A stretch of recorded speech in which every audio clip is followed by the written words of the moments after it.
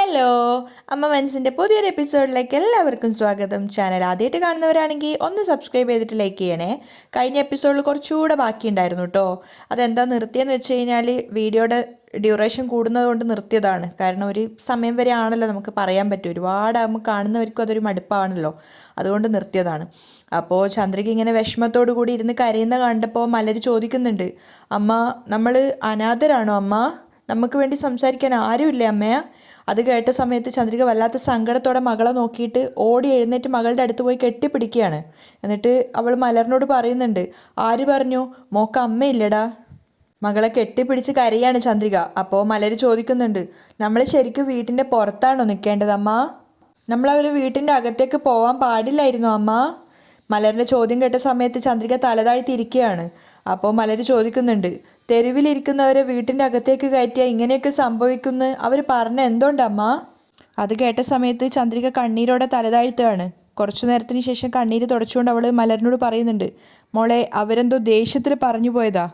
അതുകൊണ്ട് എൻ്റെ മോൾ അത് തന്നെ വിചാരിച്ചുകൊണ്ടിരിക്കേണ്ട, അതൊക്കെ അപ്പം തന്നെ മറക്കണം. മലരൊന്നും പറയാതെ അമ്മയെ നോക്കുകയാണ്. അപ്പോൾ ചന്ദ്രിക പുഞ്ചിരിച്ചുകൊണ്ട് പറയുന്നുണ്ട്, മോള് നന്നായിട്ട് പഠിക്ക്. മകളെ ആശ്വസിപ്പിച്ചിട്ട് ചന്ദ്രിക വീണ്ടും പോയിട്ട് അവിടെ തന്നെ ഇരിക്കുകയാണ്.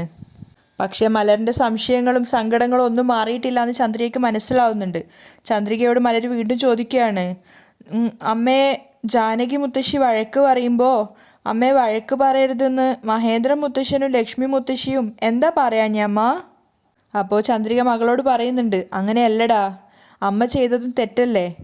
അതുകൊണ്ടാ ജാനകി മുത്തശ്ശി വഴക്ക് പറഞ്ഞപ്പോൾ മഹേന്ദ്ര മുത്തശ്ശൻ ഒന്നും പറയാതിരുന്നത്. ആ സമയത്ത് സിദ്ധാർത്ഥ് ഓടിക്കതച്ച് ചന്ദ്രികയുടെ വീട്ടിലേക്ക് വരുന്നുണ്ടായിരുന്നു. അപ്പോൾ മലര അമ്മയോട് പറയാണ്, അമ്മ എല്ലാവരുടെയും മുന്നിൽ വെച്ചിട്ട് അമ്മയെ വഴക്ക് പറഞ്ഞു കേട്ടപ്പോൾ എനിക്ക് വല്ലാത്ത സങ്കടം വന്നു അമ്മ. ചന്ദ്രികയ്ക്കും അത് വല്ലാത്ത സങ്കടം ഉണ്ടാക്കിയിരുന്നെങ്കിൽ അവൾ പുഞ്ചിരിച്ചുകൊണ്ട് മകളോട് പറയാണ്, മലർ ഇങ്ങോട്ട് നോക്ക്, അമ്മ അതൊന്നും വലിയ കാര്യമായിട്ട് എടുത്തിട്ടില്ല. നീയും അതൊന്നും വലിയ കാര്യമായിട്ട് എടുക്കണ്ട എൻ്റെ മോള്, ഇതൊന്നും ചിന്തിക്കാതെ പഠിക്കാൻ നോക്ക്. ചന്ദ്രികയ്ക്ക് അവളുടെ സങ്കടം തന്നെ സഹിക്കാൻ പറ്റുന്നുണ്ടായിരുന്നില്ല. അതുകൊണ്ട് തന്നെ മലരെ കൂടുതലായിട്ട് ആശ്വസിപ്പിക്കാൻ അവൾക്ക് സാധിക്കുന്നുണ്ടായിരുന്നില്ല. ആ സമയത്താണ് സിദ്ധാർത്ഥ് വന്നിട്ട് വാതിലിന് കൊട്ടുന്നത്. ചന്ദ്രിക. സിദ്ധാർത്ഥിൻ്റെ ശബ്ദം കേട്ട സമയത്ത് മലരിനെ നോക്കിക്കൊണ്ട് ചന്ദ്രിക എഴുന്നേറ്റ് പുറത്തേക്ക് പോവുകയാണ്. അപ്പോൾ സിദ്ധാർത്ഥ് പുറത്തു തന്നെയാണ് നിൽക്കുന്നത്. സിദ്ധാർത്ഥിൻ്റെ അടുത്തെത്തിയപ്പോൾ അവനെ അഭിമുഖീകരിക്കാൻ ചന്ദ്രികയ്ക്ക് വല്ലാത്തൊരു മടി തോന്നുകയാണ്. എന്നിട്ടും അവൾ സങ്കടത്തോട് ചോദിക്കുന്നുണ്ട്, എന്താ സർ പറഞ്ഞോളൂ. സിദ്ധാർത്ഥിനും അവളോട് വല്ലാത്തൊരു സഹതാപം തോന്നുകയാണ്. സിദ്ധാർത്ഥ് പറയുന്നുണ്ട്, ഐ എം സോറി ചന്ദ്രിക, അമ്മ ഇതുപോലെയൊക്കെ സംസാരിക്കുമെന്ന് ഞാൻ കുറച്ചുപോലും വിചാരിച്ചില്ല. തൻ്റെ കണ്ണ് നിറയുന്നത് സിദ്ധാർത്ഥ് കാണാതിരിക്കാൻ വേണ്ടി ചന്ദ്രിക വല്ലാതെ കഷ്ടപ്പെടുന്നുണ്ടായിരുന്നു. ആ സമയത്ത് സിദ്ധാർത്ഥ് അവളോട് മാപ്പ് ചോദിക്കുകയാണ്, എന്തു തന്നെയായാലും എൻ്റെ അമ്മ നിന്നെ ഇങ്ങനെ വഴക്ക് പറയാൻ പാടില്ലായിരുന്നു. അമ്മ വലിയ തെറ്റാ ചെയ്തത്. എല്ലാവരും അവിടെ ഉള്ളത് കൊണ്ട് തന്നെ എനിക്ക് എല്ലാവരെയും മറികടന്നുകൊണ്ട് ഒന്നും പറയാനും സാധിച്ചില്ല. ചന്ദ്രയുടെ കണ്ണ് നിറഞ്ഞ് കണ്ണീര് വരുന്നുണ്ടായിരുന്നു. അവൾ കണ്ണീര് തുടച്ചുകൊണ്ടാണ് സിദ്ധാർത്ഥിനോട് പറഞ്ഞത്, പോട്ടെ സാരില്ല സർ, സാറിൻ്റെ അമ്മ എന്ത് മനസ്സിൽ വെച്ചുകൊണ്ടാണ് എന്നോട് ഇങ്ങനെയൊക്കെ പെരുമാറുന്നതെന്ന് എനിക്ക് നന്നായിട്ടറിയാം. സിദ്ധാർത്ഥിനെ നോക്കിക്കൊണ്ട് ചന്ദ്രിക പറയുന്നുണ്ട്, നിങ്ങളും ഞാനും പരസ്പരം സ്നേഹിക്കുന്നത് അമ്മയ്ക്ക് ഇഷ്ടമല്ല. സിദ്ധാർത്ഥ് സങ്കടത്തോടെ തലതാഴ്ത്തുകയാണ്. അപ്പോൾ ചന്ദ്രിക പറയുന്നുണ്ട്, അതുകൊണ്ടാണ് എല്ലാവർക്കും മുന്നിൽ വെച്ചിട്ട് ഇങ്ങനെയൊക്കെ പെരുമാറിയത്. സിദ്ധാർത്ഥിനൊന്നും പറയാൻ സാധിക്കുന്നുണ്ടായിരുന്നില്ല. അപ്പോൾ ചന്ദ്രിക പറയുന്നുണ്ട്, അവരുടെ ദേഷ്യത്തിന് കാരണമുണ്ട് സർ. ചിന്തിച്ചു നോക്കൂ, ഏതോ ഒരു ഗ്രാമത്തിൽ നിന്നും ഇവിടെ വീട്ടുവേലയ്ക്ക് വേണ്ടി വന്നൊരു പെണ്ണ് മാത്രമാണ് ഞാൻ. എന്നെ അവരുടെ മരുമകളായിട്ട് അവർക്ക് കാണാൻ സാധിക്കുമോ? ചന്ദ്രിക സിദ്ധാർത്ഥിന് എന്താ സംസാരിക്കേണ്ടതെന്ന് അറിയില്ലായിരുന്നു. അപ്പോൾ ചന്ദ്രിക പറയുന്നുണ്ട്, അതിനുള്ള അർഹത എനിക്കുണ്ടോ? എനിക്ക് ഇതിനേക്കാൾ കൂടുതലായിട്ടൊന്നും പറയാനില്ല സർ. അന്ന് തന്നെ സാറിൻ്റെ അമ്മ എന്നോടൊരു കാര്യം പറഞ്ഞിട്ടുണ്ടായിരുന്നു. എന്നോട് സാറിനെ മറക്കാനാണ് പറഞ്ഞത്. അങ്ങനെ മറന്നില്ലെങ്കിൽ അവർ ആത്മഹത്യ ചെയ്യുമെന്നാണ് എന്നോട് പറഞ്ഞിട്ടുള്ളത്. അത് കേട്ട് സിദ്ധാർത്ഥ് ഷോക്കായിട്ട് നിൽക്കുകയാണ്. അപ്പോൾ ചന്ദ്രിക ചോദിക്കുന്നുണ്ട്, ഞാൻ കാരണം എന്തിനാ സർ അങ്ങനെ ഒരു തീരുമാനം അവരെ കൊണ്ട് എടുപ്പിക്കുന്നത്? ഞാൻ കാരണം ഈ വീട്ടിൽ ആർക്കും ഒന്നും സംഭവിക്കാൻ പാടില്ല. ചന്ദ്രിക. സിദ്ധാർത്ഥ് വിളിക്കുന്നുണ്ട്. അപ്പോൾ ചന്ദ്രിക പറയാണ്, നമ്മുടെ കല്യാണം നടക്കുകയാണെങ്കിൽ അത് സാറിൻ്റെ അമ്മയുടെ അനുഗ്രഹത്തോടെയും സമ്മതത്തോടെയും ആയിരിക്കണം. അങ്ങനെയല്ലെങ്കിൽ സാറ് എന്നെ മറക്കുന്നതാണ് നമുക്ക് രണ്ടുപേർക്കും നല്ലത്. അത് കേട്ട് സിദ്ധാർത്ഥ് ഷോക്കായിട്ട് ചന്ദ്രികയെ നോക്കുകയാണ്. അപ്പോൾ ചന്ദ്രിക അവനോട് മാപ്പ് പറഞ്ഞുകൊണ്ട് അകത്തേക്ക് കയറി പോവുകയാണ്. സിദ്ധാർത്ഥ് പിന്നീന്ന് എത്ര വിളിച്ചിട്ടും ചന്ദ്രിക തിരിച്ചു വരികയോ അല്ലെങ്കിൽ അവന് മറുപടി കൊടുക്കാനോ നിന്നില്ല. പിന്നെ കാണിക്കുന്നത് മേഘ ഒരു കൂൾ ബാറിൽ ഇരുന്നിട്ട് ജ്യൂസ് കഴിച്ചുകൊണ്ടിരിക്കുകയാണ്. അപ്പോൾ ആ സമയത്ത് മനീഷ് അങ്ങോട്ടേക്ക് വന്നിട്ടുണ്ടായിരുന്നു. മനീഷിനെ കണ്ടപ്പോൾ മേഘ ദേഷ്യത്തോടെയാണ് പെരുമാറുന്നത്. നീ എങ്ങനെ ഇവിടെ എത്തി? അപ്പോൾ മനീഷ് പറയുന്നുണ്ട്, ഞാൻ ഇതുവഴി പുറത്തുകൂടെ പോകുമ്പോൾ നിന്റെ കാർ ഇവിടെ കണ്ടു, അപ്പം നീ ഉണ്ടാവുമെന്ന് കരുതിയിട്ട് വന്നതാ. അപ്പോൾ മേഘ ദേഷ്യത്തോടെ പറയാണ്, നിന്നോട് എത്ര തവണ പറഞ്ഞിട്ടുണ്ട് എന്നെ ഇതുപോലെ കോമൺ പ്ലേസിൽ വെച്ച് കാണരുതെന്നും എന്നോട് സംസാരിക്കാൻ വരരുതെന്നും. നീ ആദ്യം ഇവിടുന്ന് പോവാൻ നോക്ക്. അപ്പോൾ മനീഷ് അവളോട് ചോദിക്കുന്നുണ്ട്, മേഘ നീ സംസാരിക്കുന്നത് ശരിയാണെന്ന് നിനക്ക് തന്നെ തോന്നുന്നുണ്ടോ? ആരോ അറിയാത്തൊരാളോട് സംസാരിക്കും പോലെയാണ് സംസാരിക്കുന്നത്. നീ ചിന്തിച്ചു നോക്ക്, ഞാൻ പ്രിയയുടെ അച്ഛനാണ്, നിന്റെ ഭർത്താവ്. അപ്പോൾ ദേഷ്യത്തോടെ മേഘ പറയുന്നുണ്ട്, അയ്യോ അറിയാത്ത പോലെ പെരുമാറരുത്. നിന്റെ പഴയ മേഘ എപ്പോഴോ മരിച്ചുപോയി, അവളെ മറന്നിട്ട് നീ നിന്റെ ജോലിയെ നോക്ക്. അപ്പം മനീഷ് ചോദിക്കുന്നുണ്ട്, മേഘ നീ എൻ്റെ കൂടെ ജീവിക്കില്ല എന്ന് ഇത്രയേറെ വാശി പിടിക്കാൻ എന്താ കാരണം, അതാദ്യം പറ.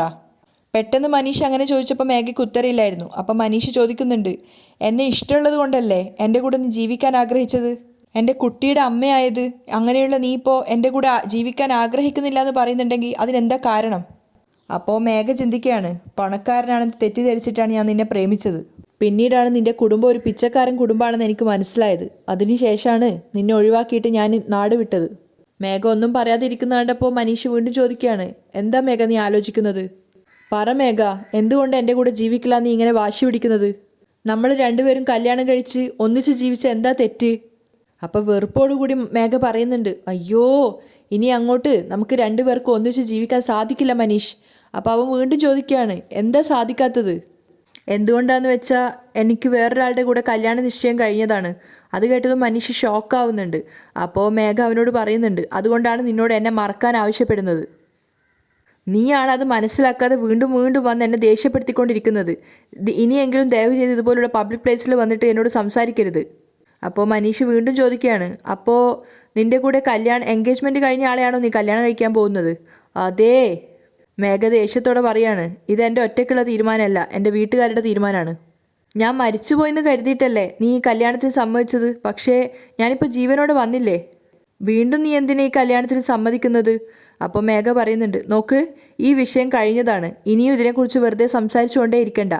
ആദ്യം നീ ഇവിടുന്ന് പോവാൻ നോക്ക്. അപ്പോൾ മനീഷ് ഒന്നും പറയാനാവാതെ ഇരിക്കുകയാണ്. അപ്പോൾ മേഘ പറയുന്നുണ്ട്, നീ പോയിട്ടില്ലെങ്കിൽ എന്താ, ഞാൻ പോയിക്കോളാം. എന്നിട്ട് മേഘ അവിടുന്ന് എഴുന്നേറ്റ് ദേഷ്യത്തോടെ പോവുകയാണ്. അതേസമയം രാത്രിയായപ്പോൾ ചന്ദ്രിക മലറിന് ഭക്ഷണം വാരി കൊടുക്കുകയാണ്. ഭക്ഷണം കഴിച്ചുകൊണ്ടിരിക്കുമ്പോൾ മലർ ചോദിക്കുന്നുണ്ട്, അമ്മ ഭക്ഷണം കഴിച്ചതിന് ശേഷം മഹേന്ദ്ര മുത്തശ്ശൻ്റെ വീട്ടിലേക്ക് പോവാം അമ്മ. അപ്പോൾ ചന്ദ്രിക സങ്കടത്തോടെ പറയുന്നുണ്ട്, വേണ്ട മലർ, ഇനി എൻ്റെ മോൾ അങ്ങോട്ടേക്ക് പോവണ്ട. അതെന്താ അമ്മ? ആരെങ്കിലും എന്തെങ്കിലും പറയും. അതെന്താ അമ്മ? അപ്പോൾ ചന്ദ്രിക മകൾക്ക് പറഞ്ഞു കൊടുക്കുകയാണ്, ഞാൻ മഹേന്ദ്ര മുത്തശ്ശൻ്റെ വീട്ടിൽ ജോലി ചെയ്യാനാണ് വന്നത്. ജോലി ചെയ്യാൻ മാത്രമേ നമ്മൾ അങ്ങോട്ടേക്ക് പോകാൻ പാടുള്ളൂ. ജോലി കഴിഞ്ഞാൽ നമ്മൾ അപ്പം തന്നെ ഇങ്ങോട്ടേക്ക് വരണം കേട്ടോ. മലറിനൊന്നും മനസ്സിലാവുന്നില്ല. അപ്പോൾ ചന്ദ്രിക പറഞ്ഞു കൊടുക്കുന്നുണ്ട്, അല്ലാത്ത സമയത്ത് നമ്മൾ അവിടെ ഇരുന്നാൽ ആരെങ്കിലും എന്തെങ്കിലും പറയൂടാ. അപ്പം മലർ ചോദിക്കുകയാണ്, മഹേന്ദ്ര മുത്തശ്ശനും ലക്ഷ്മി മുത്തശ്ശിയും നമ്മളെ വഴക്ക് പറയും അമ്മേ? ഏയ് അങ്ങനെ അവർ വഴക്കൊന്നും പറയില്ലടാ, പക്ഷേ നമ്മൾ കാരണം അവർക്കൊരു ബുദ്ധിമുട്ടുണ്ടാവാൻ പാടില്ലല്ലോടാ. അതുകൊണ്ട് ഇനി നമ്മളങ്ങനെ ഇടയ്ക്കിടയ്ക്ക് അങ്ങോട്ടേക്ക് പോകണ്ട, മനസ്സിലായോ? ശരി അമ്മേ. മലർ സമ്മതിക്കുകയാണ്. ചന്ദ്രിക വീണ്ടും മലറിന് ഭക്ഷണം വാരി കൊടുക്കുന്നുണ്ട്. ആ സമയത്താണ് മഹേന്ദ്രനും ലക്ഷ്മി അങ്ങോട്ട് വരുന്നത്. അവർ പുറത്ത് കതകിന് തട്ടിയിട്ട് ചന്ദ്രിക എന്ന് വിളിക്കുകയാണ്. തൻ്റെ പേര് വിളിക്കുന്നത് മഹേന്ദ്രനും ലക്ഷ്മിയാണെന്ന് മനസ്സിലാക്കിയ സമയത്ത് ഭക്ഷണം മലറിൻ്റെ കയ്യിൽ കൊടുത്തിട്ട് ചന്ദ്രിക പുറത്തേക്ക് പോവുകയാണ്. അവൾ വാതിൽ തുറന്ന സമയത്ത് അവർ രണ്ടുപേരും അവിടെ പുറത്തുണ്ട്. അപ്പോൾ അവരോട് രണ്ടുപേരോട് അകത്തേക്ക് കയറാൻ പറയുകയാണ് ചന്ദ്രിക. അവർ രണ്ടുപേരും അകത്തേക്ക് കയറിയിട്ട് അവിടെ ആ കട്ടിലിരിക്കുകയാണ്. ആ സമയത്ത് മഹേന്ദ്രൻ കുറ്റബോധത്തോടെയാണ് ചന്ദ്രികയുടെ മുഖത്തേക്ക് നോക്കുന്നത്. പക്ഷേ അവൾക്കൊരു പരാതിയും പരിഭവവും ഇല്ലാത്തതുപോലെ പുഞ്ചിരിച്ചിട്ടാണ് അവരെ നോക്കുന്നത്. പക്ഷേ അവളുടെ മുഖത്തേക്ക് നോക്കാൻ ലക്ഷ്മിക്കും മഹേന്ദ്രനും സാധിക്കുന്നുണ്ടായിരുന്നില്ല.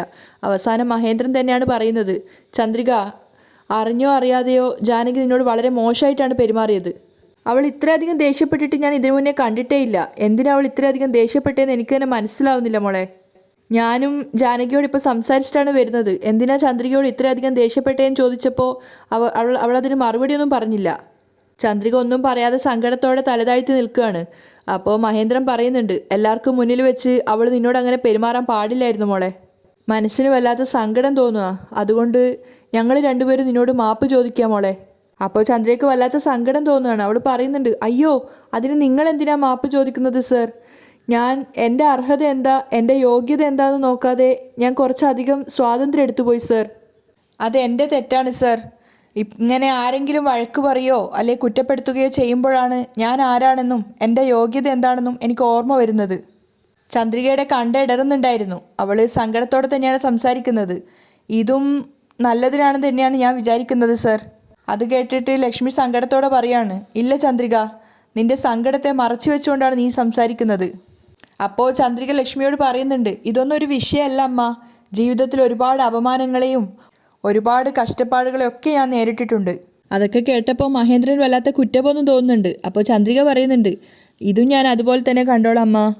അതിനുശേഷം മഹേന്ദ്രനോട് പറയാണ്, സർ, എനിക്ക് വേണ്ടി നിങ്ങളാരും സങ്കടപ്പെടേണ്ട. ഞാൻ ഈ വീട്ടിൽ വേലക്കാരിയായിട്ടാണ് വന്നത്. എൻ്റെ ജോലി എന്താണോ അതുമാത്രം ഞാൻ ചെയ്താൽ മതിയെന്ന് എനിക്ക് മനസ്സിലായി. അത് കേട്ട് ലക്ഷ്മിയും മഹേന്ദ്രനും പരസ്പരം സങ്കടത്തോടെ നോക്കുകയാണ്. അപ്പോൾ ചന്ദ്രിക പറയുന്നുണ്ട്, നിങ്ങളുടെ സ്നേഹവും വാത്സല്യമാണ് എന്നെ ആ വീട്ടിലെ ഒരാളാണെന്ന് എന്നെക്കൊണ്ട് തോന്നിപ്പിച്ചത്. അതുകൊണ്ട് ചില സമയത്ത് ഞാൻ ആരാണെന്ന് ഓർക്കാതെ ഞാൻ കുറച്ചൊരു അധികാരത്തോടെയും സ്വാതന്ത്ര്യത്തോടെയും ജീവിച്ചു പോയി. മഹേന്ദ്രനും ലക്ഷ്മിയും തലതാഴ്ത്തി നിന്ന സമയത്ത് ചന്ദ്രിക അവരോടായിട്ട് പറയുന്നുണ്ട്, ഇനി അങ്ങോട്ട് ഒരു ജോലിക്കാരിയെയും മകളെയും എങ്ങനെ കാണണോ അങ്ങനെ മാത്രം എന്നെ എൻ്റെ മോളെയും കണ്ടിട്ട് ഞങ്ങളോട് അതുപോലെ പെരുമാറിയാൽ മതി സർ. മഹേന്ദ്രനും ലക്ഷ്മിയും കുറ്റബോധത്തോടെ നിൽക്കുന്ന സമയത്ത് ചന്ദ്രിക പറയുന്നുണ്ട്, അങ്ങനെ ചെയ്താൽ മതി ഞങ്ങളോട്. അപ്പോഴേ എൻ്റെ തലയിൽ ഓർമ്മ വരുള്ളൂ ഞാനൊരു ജോലിക്കാരിയാണെന്നുള്ളത്. അപ്പോൾ മഹേന്ദ്രൻ പറയുന്നുണ്ട്, ചന്ദ്രിക, നീ വിഷമിച്ച വിഷമവും അപമാനവും സങ്കടവും ഇന്നത്തേക്ക് അവസാനിക്കുന്നു കരുതുമോളെ. നാളെ മുതൽ നിനക്കും മലറിനും സന്തോഷമുള്ളൊരു ജീവിതമാണ് ദൈവം തരാൻ പോകുന്നത്. ലക്ഷ്മി അത് അംഗീകരിച്ച് പുഞ്ചിരിക്കുന്നുണ്ട്. അതിനുശേഷം ചന്ദ്രികയോട് അവർ പറയാണ്, ചന്ദ്രിക, സംഭവിച്ചത് വിചാരിച്ചിട്ട് നീ ഇനി വിഷമിക്കരുത്. അതിനുശേഷം മലരിനെ അവർ സ്നേഹത്തോടെ ഇങ്ങനെ കവിളിലൊക്കെ തലോടുകയാണ്. എന്നിട്ട് പറയുന്നുണ്ട്, ഭക്ഷണം കഴിച്ച് കഴിഞ്ഞാൽ വീട്ടിലേക്ക് വരണമെന്ന്. അപ്പോൾ മലര് പറയുന്നുണ്ട്, അമ്മ പറഞ്ഞ് ഇനി അങ്ങോട്ടേക്ക് വരരുതെന്ന്. അപ്പോൾ ലക്ഷ്മി സങ്കടത്തോടെ ചന്ദ്രികയോട് ചോദിക്കുന്നുണ്ട്, എന്താ മോളെ ഇത്, ഇങ്ങനെയൊക്കെ കുട്ടിയോട് പറയണോ, അങ്ങനെയൊന്നും ചെയ്യരുത്. അപ്പോൾ ചന്ദ്രിക സങ്കടത്തോടെ പറയാണ്, വേണ്ട അമ്മ, ഞാനും എൻ്റെ മോളും അവിടെ വരുന്നത് ചിലർക്കൊന്നും ഇഷ്ടമല്ല. അത് ആവശ്യമില്ലാത്ത സങ്കടങ്ങൾ നിങ്ങൾക്ക് തന്നെ ഉണ്ടാക്കുക. ഇനി അങ്ങോട്ട് ജോലി ചെയ്യാൻ മാത്രം ഞാൻ അവിടേക്ക് വരാം. ജോലി കഴിഞ്ഞാൽ അപ്പം തന്നെ ഞാൻ ഇങ്ങോട്ടേക്ക് വന്നോളാം അമ്മ. അത് കേട്ട സമയത്ത് മഹേന്ദ്ര സങ്കടത്തോടു കൂടി ലക്ഷ്മിയെ വിളിച്ചുകൊണ്ട് അവിടുന്ന് പോവുകയാണ്. ചന്ദ്രിക വീണ്ടും മകൾക്ക് ഭക്ഷണം വാരി കൊടുക്കുകയാണ്. രാത്രിയായപ്പോൾ മഹേന്ദ്രനുള്ള ഗുളികകളുമായിട്ട് ലക്ഷ്മി മുറിയിലേക്ക് വന്നിട്ടുണ്ടായിരുന്നു. അയാൾക്ക് ഗുളികകൾ കൊടുക്കുകയാണ്. അതിനുശേഷം അദ്ദേഹത്തിന് കുടിക്കാൻ പാല് കൊടുക്കുന്നുണ്ടെങ്കിലും അദ്ദേഹം അത് വാങ്ങിക്കുന്നില്ല. എന്നിട്ട് സങ്കടത്തോടെ അയാൾ ലക്ഷ്മിയോട് പറയുന്നുണ്ട്, ഇന്ന് ജാനകി ചന്ദ്രികയോട് പറഞ്ഞ ഓരോ വാക്കുകളും എൻ്റെ ഹൃദയത്തിൽ മുള്ളു കോറിയിട്ടതുപോലെയാണ് വേദനിക്കുന്നത്. അത്രയും ആൾക്കാരുടെ മുന്നിൽ അവളൊരു അനാഥയാണെന്ന് പറഞ്ഞിട്ട് ജാനകി അവളെ തല കുനിച്ച് നിർത്തി. അതെന്നെ വല്ലാതെ സങ്കടത്തിലാഴ്ത്തിയിരിക്കുകയാണ്. ആ സമയത്താണ് മേഘ അച്ഛനെ ഒരു ഫയൽ കാണിക്കാൻ വേണ്ടി അങ്ങോട്ടേക്ക് വരുന്നത്. അപ്പോൾ അതൊന്നും അറിയാതെ മഹേന്ദ്രൻ ലക്ഷ്മിയോട് പറയുന്നുണ്ട്, ജാനകി അങ്ങനെ പറയുമ്പോൾ അവളൊരു അനാഥയല്ലെന്നും അവൾ എൻ്റെ മോളാണെന്നും ഉറക്കെ വിളിച്ചു പറയാൻ എൻ്റെ ഹൃദയം ഇങ്ങനെ വെമ്പിക്കൊണ്ടിരുന്നു. അത് കേട്ട സമയത്ത് മേഘ ഷോക്കാവുകയാണ്. എൻ്റെ മനസ്സിൽ എത്രയോ പ്രാവശ്യം ഞാൻ അങ്ങനെ പറയാൻ ശ്രമിച്ചതാ. പക്ഷെ ഞാൻ അങ്ങനെ പറഞ്ഞാൽ അത് മേഘയെ തകർത്ത് കളയുമെന്ന് വിചാരിച്ചത് കൊണ്ട് മാത്രമാണ് ഞാൻ ആ പറയാൻ വന്നത് മടിച്ചു നിന്നത്. അയാൾ തൻ്റെ ഉള്ളിലുള്ള സങ്കടങ്ങളൊക്കെ ലക്ഷ്മിയോട് പറയാണ്. പുറത്തു നിന്ന് കേട്ട മേഘ ശരിക്കും ഷോക്കായിട്ടുണ്ടായിരുന്നു. അപ്പോൾ മഹേന്ദ്രൻ ലക്ഷ്മിയോട് പറയുന്നുണ്ട്, ഇനിയും താമസിക്കരുത് ലക്ഷ്മി, നമുക്ക് ഈ കാര്യം ചന്ദ്രികയോടെങ്കിലും പറയണം. അത് കേൾക്കുമ്പോൾ മേഘ ശരിക്കും ഷോക്കാവുകയാണ്.